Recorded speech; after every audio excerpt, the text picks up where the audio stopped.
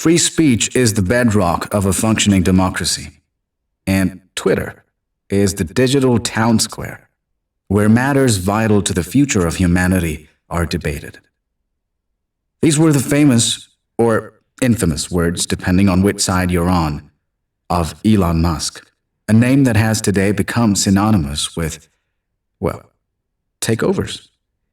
Love him or hate him, this new age spaceman, entrepreneur, serial investor, and inventor who co-founded the electronic payment firm PayPal and formed SpaceX and is the chief executive officer of the electric car manufacturer Tesla, really shook the ground when he acquired social media giant Twitter in 2022. The world's richest man completed his on-again, off-again $44 billion buyout on October 28, 2022. So, since assuming ownership, how have things at Twitter been? For starters, a shock was due for approximately 3,700 of its employees who were laid off. This was half of the workforce. As a domino effect, existing employees were urged to work 12-hour days, even on weekends, to make service changes that Musk demanded. Some of the biggest advertisers then decided to pull out from Twitter in fear of Musk relaxing its content moderation policies. Musk dealt another sort of a blow when he also infamously offered user verification for $8 a month, created by Jack Dorsey, Noah Glass, Biz Stone, and Evan Williams in March 2006 and launched in July of that year. By 2012, Twitter had more than 100 million users who tweeted 340 million tweets a day, with the service handling on average of 1.6 billion search queries per day. In 2013, it was one of the 10 most visited websites and has also been described as the SMS of the internet. In early 2019, Twitter had more than 330 million monthly active users. In terms of the service's impact on society, after 16 years of documenting the world in 140 characters, Twitter arguably has a disproportionate influence on the world, partly because it attracts a significant number of politicians, journalists, and celebrities.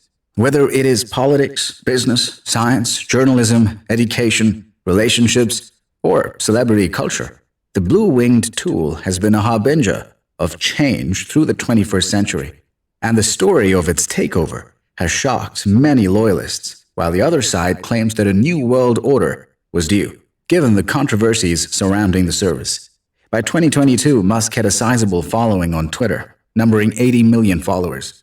When asked about buying Twitter, he gestured a response asking how much it was and began putting the service under the spotlight by polling criticisms on whether free speech was upheld on the service as it is. When asked about buying Twitter, he gestured a response asking how much it was and began putting the service under the spotlight by polling criticisms on whether free speech was upheld on the service as it is essential to a functioning democracy. Days later, he met with Twitter's co-founder Jack Dorsey, exploring the possibility of joining the board of directors. He shared this idea with the Twitter board chair, Brett Taylor, and CEO Parag Agrawal, suggesting to either take the company private or start a rival social media platform. Dorsey, in a text message, expressed his desire to turn Twitter into an openly sourced service, and that he had recommended Musk's induction into Twitter's board a year earlier, which also prompted his departure from his role as CEO.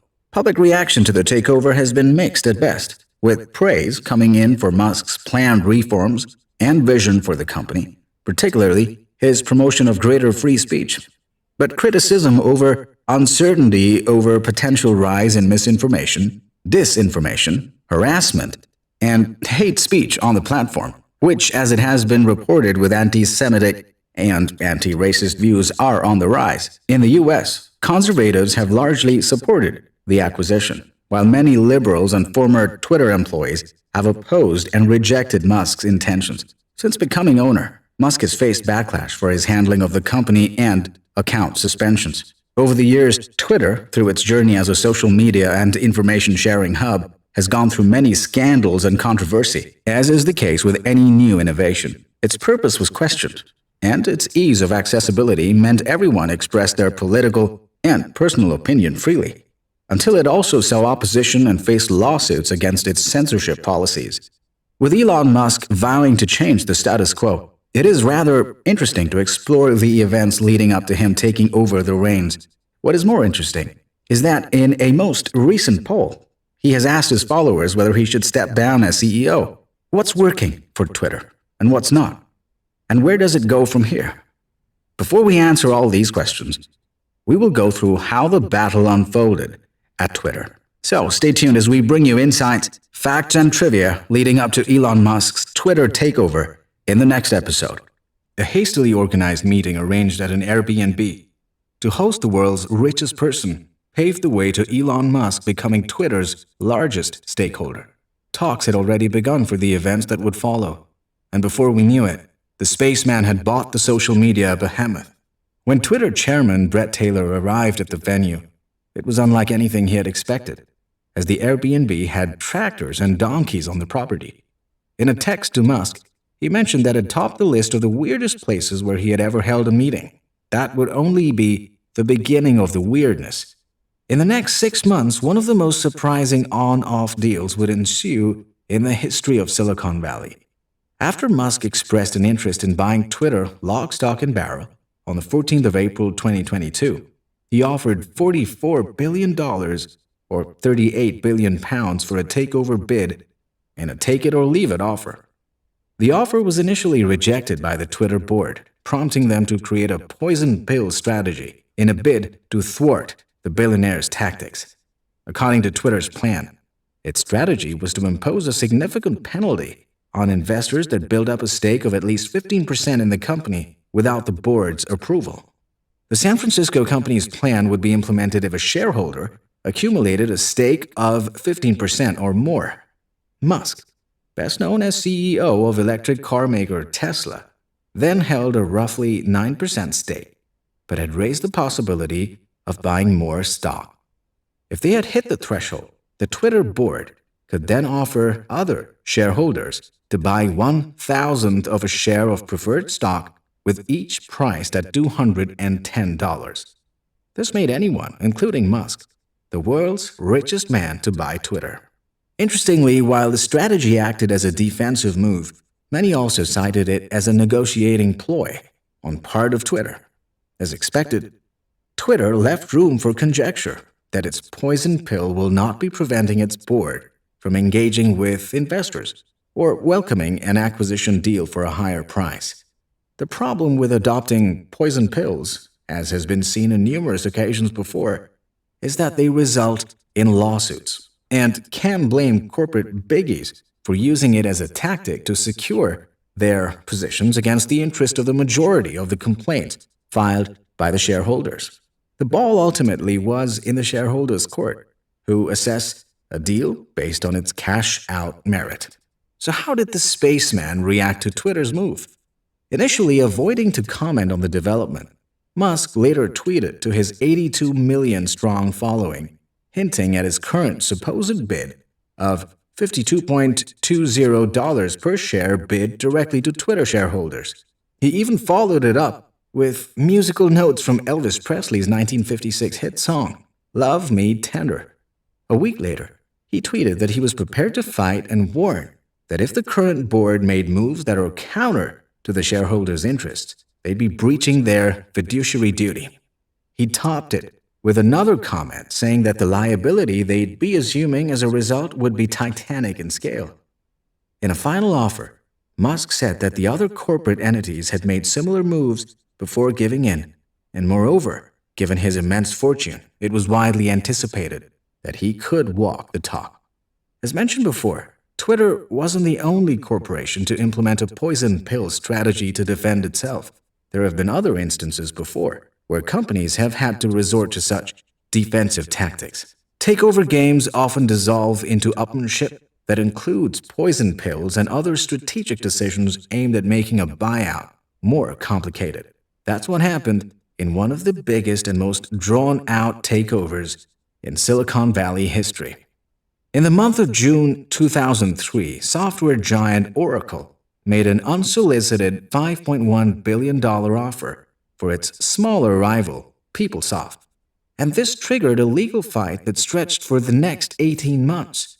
Defending itself, PeopleSoft adopted a poison pill that authorized the board to flood the market with more shares, but it also created what it called a customer assurance program. This strategy promised to pay customers 5 times the cost of their software licenses if the company was sold within the next 2 years, which would create an estimated liability of up to $800 million for an acquiring company. There was another helping hand extended to PeopleSoft when the U.S. Department of Justice filed an antitrust lawsuit seeking to block the takeover, although the ruling was passed in Oracle's favor. In this case, PeopleSoft gained from its strategy, selling to Oracle at $11.1 billion, more than twice its original bid. But what happened with Twitter? While industry analysts and observers scratched their heads trying to make sense of it all, Mr. Musk, with a net worth of $294 billion, made his move, launching his takeover bid on April 14th to buy 100% of Twitter and make it private. After hectic rounds of whirlwind talks, a deal was sealed between buyer and seller at the mutually agreed-to price of $54.20 per share, or $44 billion. On the 5th of May, Musk secured an additional $7 billion for the deal. Did you know that some of the key investors in this extension were Saudi Arabian investor Prince Al-Walid bin Talal, Oracle founder Larry Ellison, Binance, the cryptocurrency exchange, and Qatar Holding, part of the Gulf States Investment Fund? With the world's richest man dominating world media, the ever-looming takeover of Twitter was just over the proverbial corporate horizon. Was Twitter going to sell on Musk's terms or fight it out to the finish? Stay tuned as we analyze the greatest deal of the 21st century in the next episode. Securing an additional $7 billion, Musk was all set to add Twitter to his kitty. But was it going to be as easy as it looked? 10th of April, 2022. Elon Musk tweeted that he would be reversing the decision to ban former U.S. President Donald Trump, expressing his newfound confidence as the emerging owner of the social media giant. Was this a negotiating ploy, and was Musk using his outspoken promotion of free speech in a bid to play Twitter to his tunes, like he had done earlier with an Elvis number, no less? Whatever the trick, what followed was layman bargaining, with Musk threatening to pull out of the deal and Twitter offering him a position on the board of members. But true to form, Musk declined the offer, and Parag Agrawal, CEO of Twitter, shared the news in a tweet, citing that the billionaire had refused to comply. He shared that the board had multiple discussions about onboarding Elon as a member, with him working towards the interest and growth of the company, which they saw as a clear path forward, given his interest in the company. While he was still the biggest shareholder of the company, he wouldn't be part of the board, but was open to offer suggestions to help develop and evolve the ecosystem further. Musk's repeated U-turns on whether he was indeed willing to buy Twitter and his public criticism of the company were seen by many as deliberate efforts to lower the firm's share price and secure a better deal, as investor Giuseppe Pampena alleged in a lawsuit. He further blamed Musk for deliberately behaving and making certain statements in a bid to drive down Twitter's share prices that he could leverage to negotiate a better price. Musk reportedly intended to use the opportunity to skim off as much as 25% of the original deal, which amounted to a staggering $11 billion. 4 days later, Musk made an offer to purchase Twitter for $43 billion, or at $54.20 per share, and expressed his vision to take the company private. Twitter countered the offer by accepting his initial bid of $44 billion, but as a result, its stock prices plunged by 4.9%, pricing at $49.89 per share. The following week, on Sunday, April 24, 2022, Musk tried again to force Twitter's hand. He delivered a letter to the board repeating that his $54.20 per share offer was best and final, threatening once more that he would be forced to sell all of his shares if his bid were rejected, and saying he would propose a seller-friendly merger agreement to be signed before the market opened the next day. Musk's counsel then shared a draft agreement with the Twitter board, reiterating that Musk's offer was not contingent on any due diligence, and underscored that the form of the proposed agreement was intended to make this easy on all to get to a deal ASAP. Following this, however, in a shocking twist of events that sent waves through Silicon Valley, Elon suddenly threatened to walk out of the deal of the century. Was he getting cold feet? Was it yet another trick in his book? What had motivated him to take such a drastic decision that put his own reputation as the world's most influential man at stake? Stay tuned as we explore the mystery behind this make-or-break deal that was rocking back and forth through a dramatic end. Twitter shares plummeted during pre-market trading after Elon Musk announced that he had put the deal on hold until he got more information on the number of fake and spam accounts on the platform. Was there any truth to it or not?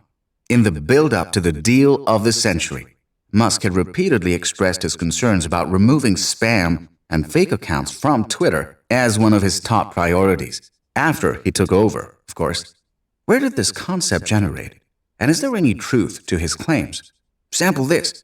Twitter users got a first glimpse at what was to come from the rapid product change to the platform after Musk's announcement. Fake accounts impersonated Nintendo, Apple, Lockheed Martin, even as Twitter and Musk's electric vehicle company Tesla.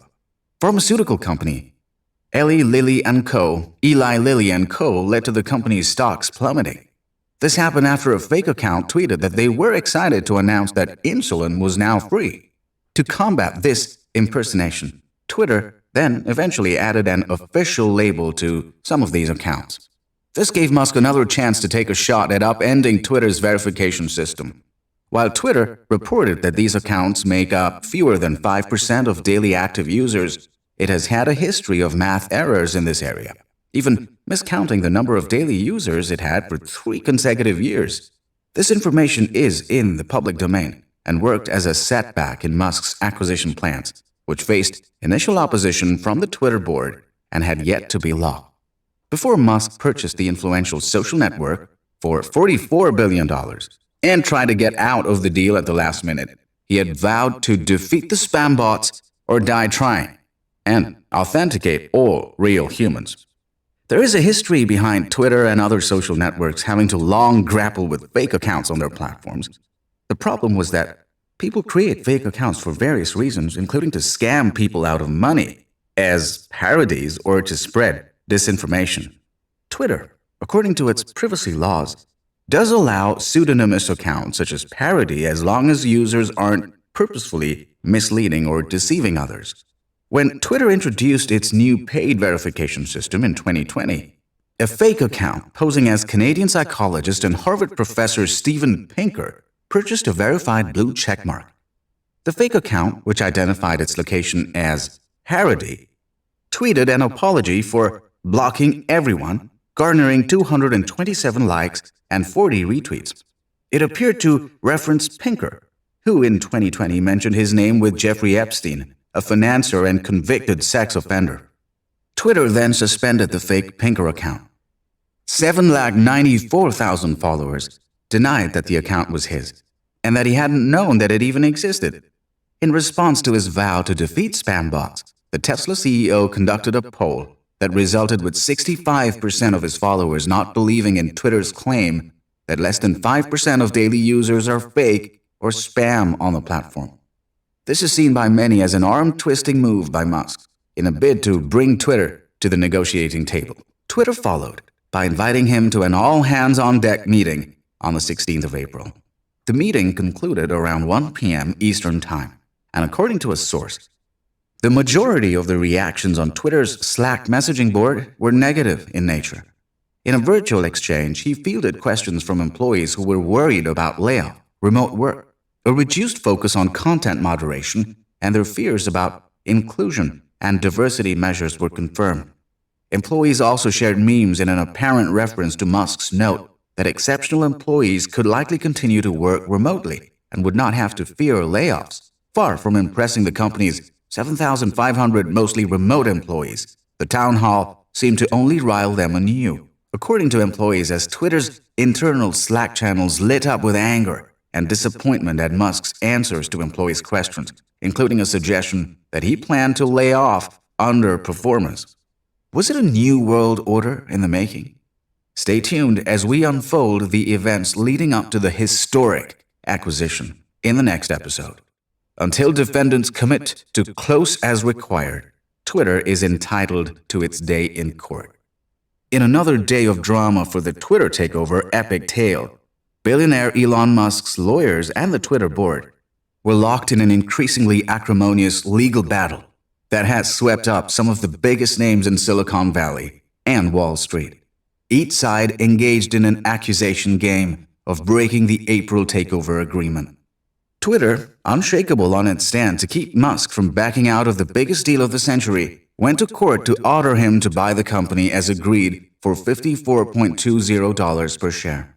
The Delaware court had powers to enforce its orders and could appoint a receivership to seize some of Musk's assets, namely Tesla stock, if he didn't comply, according to Tom Lin, a law professor at Temple University, that could top at $33 billion. Anticipating a legal battle for the acquisition, preparations for the trial were well underway, with lawyers representing Musk and Twitter hashing out several arguments over a few weeks. But how did it all happen?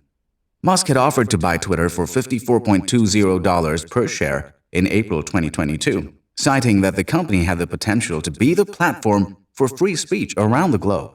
Simultaneously, he also had said Twitter would not reach this potential in its current state and was better organized as a private company. Musk, who had more than 107 million Twitter followers at that time, regularly posted updates about his business, memes, polls, and other jokes on the platform, towards which the social media service appeared initially reluctant, but accepted Musk's offer after weeks of back and forth. But things went downhill after Musk backed out of the deal in July, saying that the company made misleading representations over the number of spam bots on the service. He also argued that it had failed to follow ethical business practices. Musk also shared that it had slowed its hiring and did not give him a notice before firing 2 executives, just as the deal was closing. Twitter sued Musk days later for violating their prior agreement and said Musk's exit plan was in fact a blatant case of him getting cold feet and a case of bad faith. It further challenged that it had disclosed necessary information regarding spam accounts and that the amount of spam accounts on the platform did not have a material adverse effect on its business, and that Musk had breached the agreement, blocking efforts to close the deal. But why Delaware? You might wonder. It is known that about 2/3 of all Fortune 500 companies are incorporated in Delaware. Twitter is one of them. Though it does not have a physical presence in the state, it is incorporated here for several reasons. Delaware housed a unique business court that gave Twitter the home ground advantage. For over 2 centuries, the Delaware Chancery Court had decided thousands of corporate cases, making the results of disputes held there more predictable. It was also reputed for passing quick judgments and resolutions. This wasn't the first time Musk had appeared in Delaware a year prior to the Twitter battle. He had testified in a shareholder lawsuit over whether he and the directors at Tesla had breached their fiduciary duties when offered $2 billion to buy Solar City, a struggling solar panel installation company, founded by 2 of his cousins, with his help. In this case, the court had sided with Musk, so in a way it was going to be a pitched battle. To complicate matters further, Peter Mudge Zatko, a 51-year-old whistleblower who joined Twitter as head of security in late 2020, made a disclosure that became public and upended one of the world's most influential social networks and raised new questions about its pending acquisition by Musk. It would also, he later testified, put his career and his family at risk.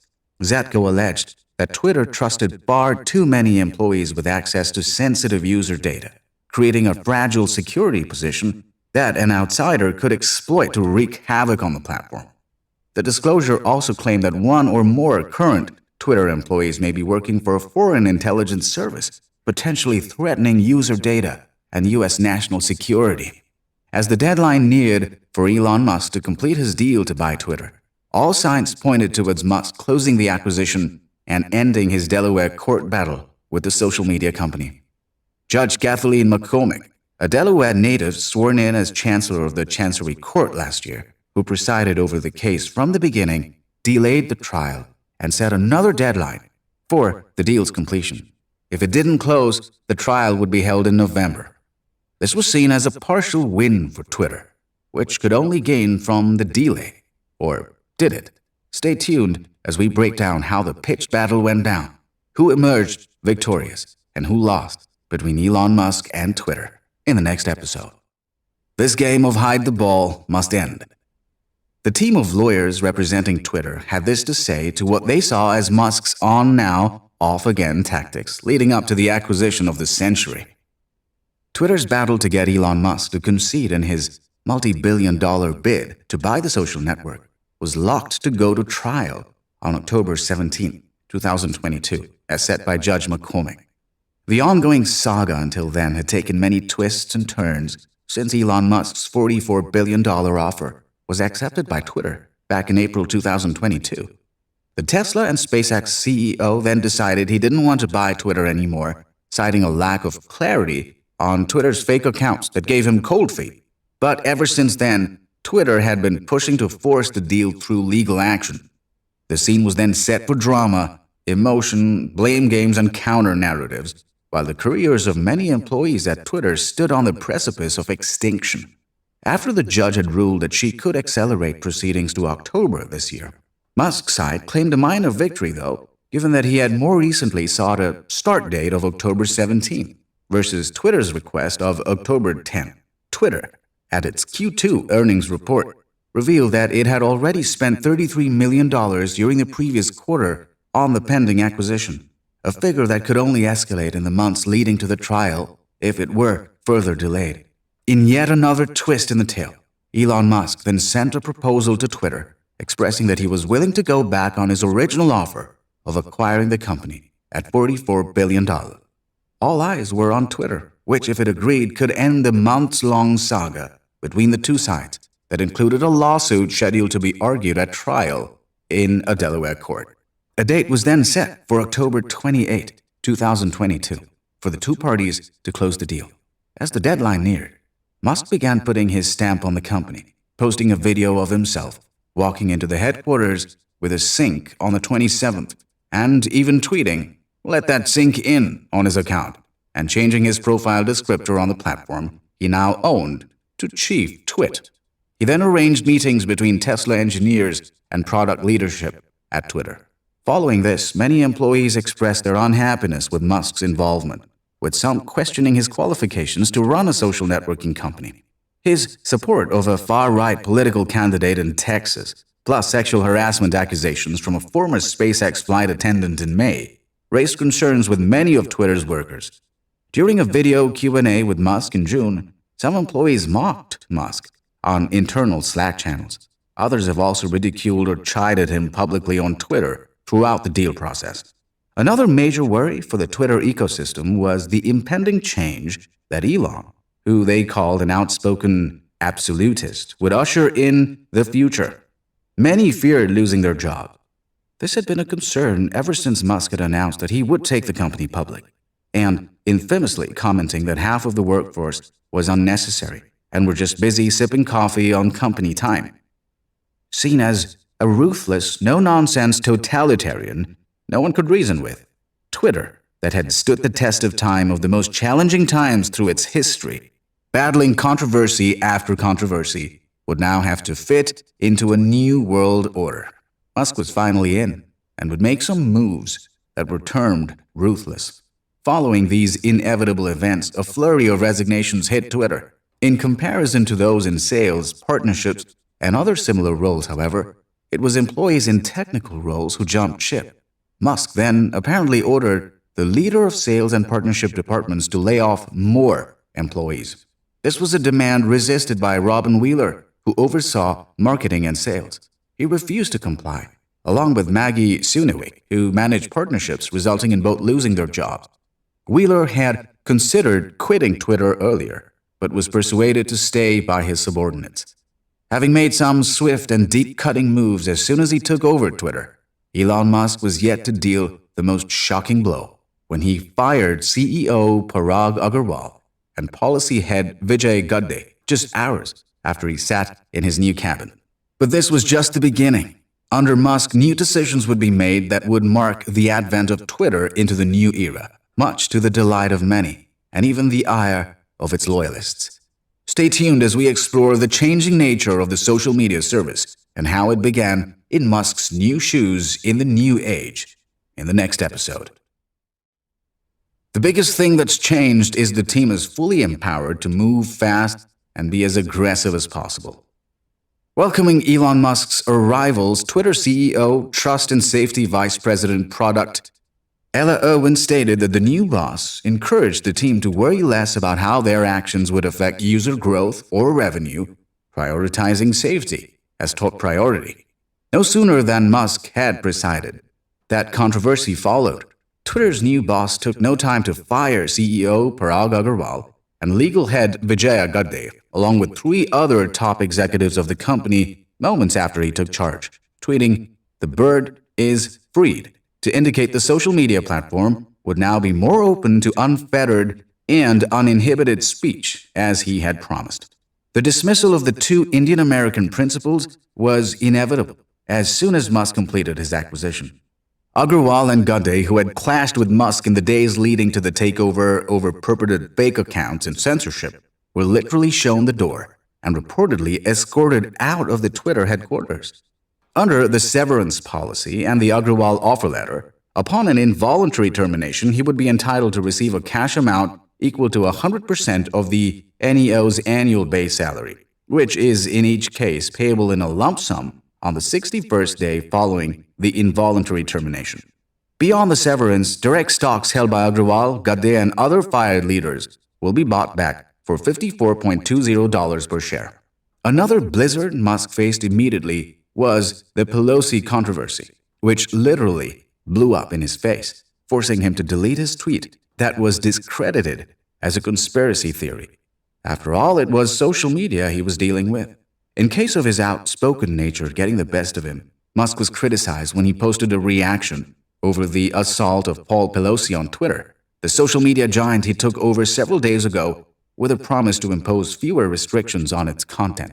Paul, husband of U.S. House Speaker Nancy Pelosi, was attacked with a hammer at their California home, and the attacker, identified by authorities as David DePape, alleged screamed, "Where is Nancy?" during the attack. President Joe Biden said that it was she who had been his intended target. Musk's conspiracy theory did not go down well with netizens. Media houses, too, denounced the baseless idea and felt it, Musk's view, doesn't deserve to be published. In the since-deleted post, Musk responded to a tweet from Hillary Clinton, who called the attack on Paul Pelosi shocking, but not surprising, arguing that certain political mouthpieces now engaged in using social media to actively and regularly spread hate and deranged conspiracy theories. An amplified approach to safety following the events in part reflected an acceleration of changes that were expected around Twitter's handling of hateful conduct and other violations. It could be understood in one way as freedom of speech, not freedom of reach, which means that certain tweets that violate the company's policy would be barred from appearing in places like the home timeline and searches. Twitter has formally long deployed visibility filtering tools to tame misinformation and had already incorporated them into its official hateful conduct policy before the Musk acquisition. In a surprising hike, the number of tweets containing hateful content on Twitter rose sharply in the week before Musk tweeted on November 23rd that impressions or views of hateful speech were declining. Tweets containing words that were anti-black that week were triple the numbers seen in the month before Musk took over, while tweets containing a gay slur were up 31%. Did you know there are more than 400,000 Twitter accounts that currently have blue ticks, which marks them as an authentic source, and are usually given to prominent accounts such as those belonging to celebrities, politicians, journalists, government departments, and major corporations? Musk has expressed his intent to turn over the new blue tick to all individuals, celebrity or not, and that individuals could have a secondary tiny logo verifying that they belong to an organization, if that organization verified them.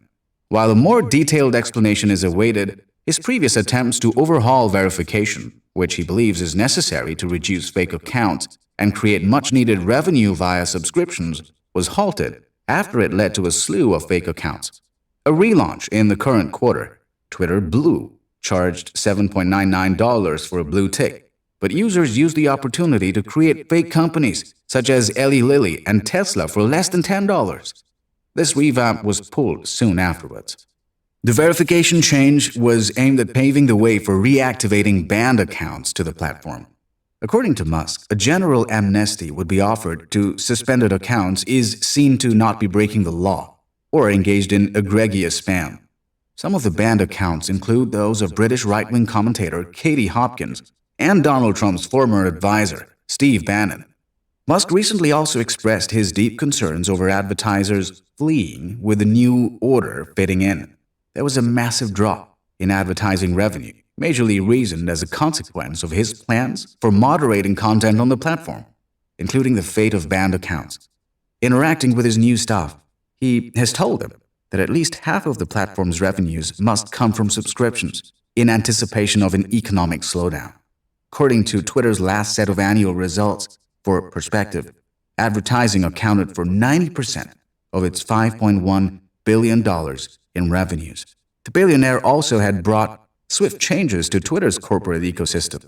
While it wasn't previously routine for employees to challenge hierarchy, workers often expressed their angst on internal Slack channels and by email before Musk showed up, sometimes posting criticism or concerns to the entire company.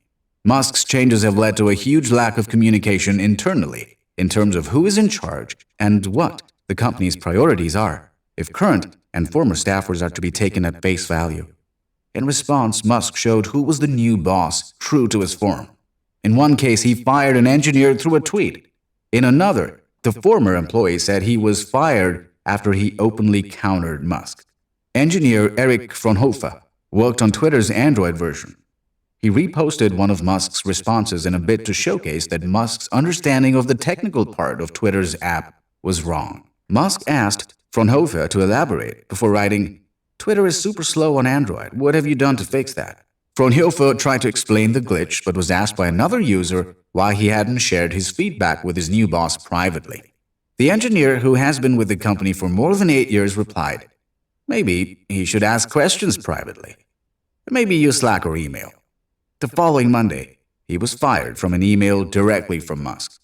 Another engineer, Ben Leib, was also fired after calling out Musk. He retweeted the same technical post from Musk, writing that, as a former tech lead at Twitter, he could confidently share that Musk had no idea what he was talking about. Leib, who worked at Twitter for a decade, was fired the next day. Many say that Twitter has been thrown into chaos since Musk took over. Many workers remain upset that Musk fired half of the company's 7,000-plus employees, including most of the senior managers, within about a week of his $44 billion buyout. So, how has Twitter actually fared under Musk, and what does its future look like? With the acquisition of the company, how had its parent company Tesla been affected? Stay tuned as we explore this and much more in our final episode. Mere months after his $44 billion buyout of Twitter, owner and CEO Elon Musk is already searching for a new chief executive of the company. So what's in store for the social media service in the coming years? Musk, who acquired the company in October 2022, had previously shared that his position as CEO would be temporary, and that he expected to reduce his time at Twitter and find somebody else to run it over time. The Tesla and SpaceX CEO confirmed his plans to step down at Twitter in a tweet recently, writing, "I will resign as CEO as soon as I find someone foolish enough to take the job. After that, I will just run the software and servers teams," he said. The billionaire, in an informal share, posted a poll asking Twitter users if he should step down as head of the company. And a majority of the users, well, about 17 million, voted for Musk to leave his post. He responded with a nod, sharing that he would abide by the results of the poll. Twitter polls are usually like polls, which means that they are not actual or official public opinion data. It is rather funny how inauthentic a fake account may also be able to register a response to a Twitter poll. Musk's Twitter takeover has gone through its rocky phases, with his leadership resulting in massive staff cuts, a spike in racist hate speech, advertisers fleeing or cutting down their spending on the platform, as well as the reactivation of previously banned accounts. Meanwhile, the chief twit, as Musk has previously called himself, claims that Twitter usage has reached an all-time high since he took over, and hate speech is at an all-time low. The billionaire's management of Twitter has now also raised concerns about his other ventures. Musk had sold billions of dollars worth of Tesla shares earlier in the year to finance the Twitter deal. He also pulled in a lot of talent from Tesla, SpaceX, and the Boring Co., including executives, engineers, and attorneys, to work with him at Twitter. Musk is CEO of Tesla and SpaceX, and founder of the Boring Co. There have been concerns raised with the board at Tesla, expressing worry about Musk having violated his obligations to the shareholders. For several years, the amazing spike of Tesla stock has stunned Wall Street. But in 2022, that meteor blazed out. The electric car maker's stock plunged a staggering 65% of its value in 2022, and the company kicked off the new year with yet another fall, dropping 12% in a single day, given poor sales. Elon Musk's Twitter takeover has proven to be a headache for Tesla. Musk has run multiple companies for years, but his purchase of Twitter last year is not like his controlling of SpaceX. Brand Musk is pivotal to his fans in choosing Tesla over another automaker. Now that Musk has essentially become a professional Twitter troll, he was bound to pay the price for posting provocations and openly embracing some right-wing positions from his powerful perch atop the social media giant. Musk selling billions of dollars worth of Tesla shares to fund his Twitter takeover hurt the stock badly. Musk also saw his own personal wealth drop sharply, though he still has more than most, to say the least. Meanwhile, much to the tragedy of some of his loyalists, the amount of time he's spending on Twitter is visibly cutting into the time Musk has for Tesla. The chaos following the hot now, cold now acquisition journey led many possible alternatives to Twitter, even if none seem to be on par with the platform in numbers or technical finesse. A great one-stop shop of news, opinion, comedy, fringe, and unpredictable drama made Twitter a part of pop culture for a decade plus. Its easy usability, along with the hallmark of being an American-born social media company, seemed unbeatable. Meanwhile, Mastodon and other new potential Twitter rivals have still been able to thrive ever since Musk officially took control of Twitter at the end of October 2022. It has been noted that the daily usage of services like Mastodon, Hive Social, and Counter Social have all spiked in the last 2 months. At least half a dozen other Twitter-like platforms have also been launched or are set to be early next year, some of which include Post News, Spoutable, Mozilla Social, and Blue Sky, founded by none other than Twitter co-founder and former CEO Jack Dorsey. So, as a silver lining to Twitter lovers, it's not going anywhere anytime soon.